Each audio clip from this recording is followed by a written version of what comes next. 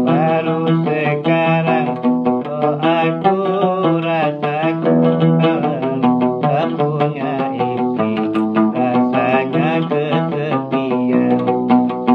Tiada tempat untuk mencurahkan rasa rinduku untuk sekejap kasih sayang.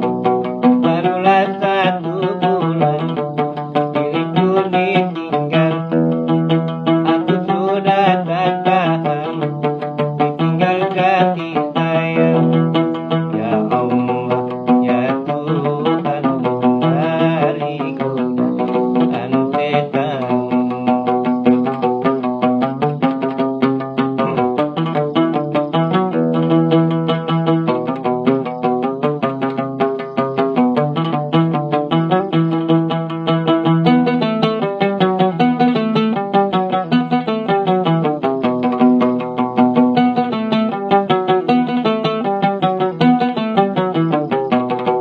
Sedang ku menyayangi istriku yang tercinta, selain tiada, dialah manusia tiada berdaya.